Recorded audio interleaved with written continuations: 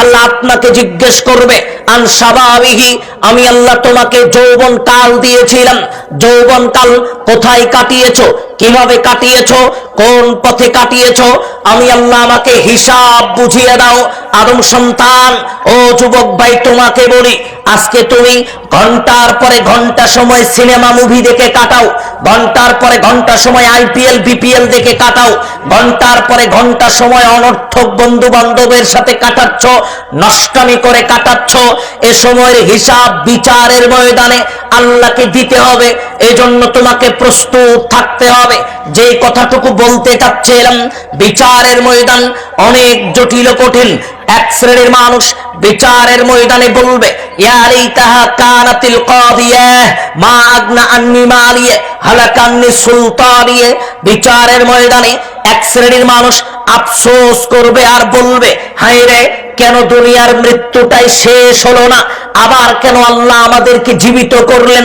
এক শ্রেণীর মানুষ বলবে, দুনিয়ার সম্পদ, দুনিয়ার দায়িত্ব, অর্থাৎ দুনিয়ার এই পাওয়ার, দুনিয়ার এই ক্ষমতা আজকে আমাকে এই পর্যায়ে নিয়ে এসেছে।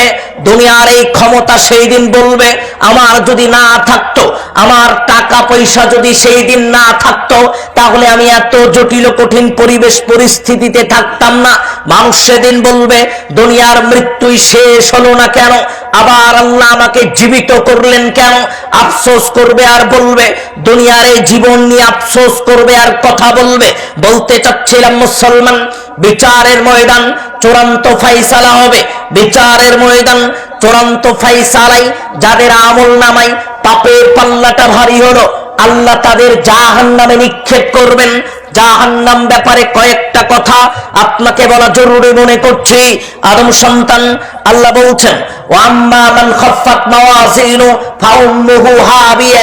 ও আদম সন্তান শোনো, বিচারের ময়দানে যাদের গুনার পাল্লা ভারী হবে, নেকির পাল্লা হালকা হবে, আল্লাহ তাদেরকে জাহান্নামে নিক্ষেপ করবেন।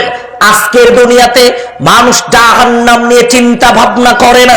আজকের দুনিয়াতে মানুষ চিন্তা ভাবনা করে না, আমাকে যদি জাহান্নামে নিক্ষেপ করা হয়, আজকে আমি সালাত পড়ি না, আজকে আমি বিড়ি সিগারেট খাই, আজকে আমি অন্যায় বিচার করি, এই অবস্থাতেই যদি আমাকে জাহান্নামে নিক্ষেপ করা হয়, তাহলে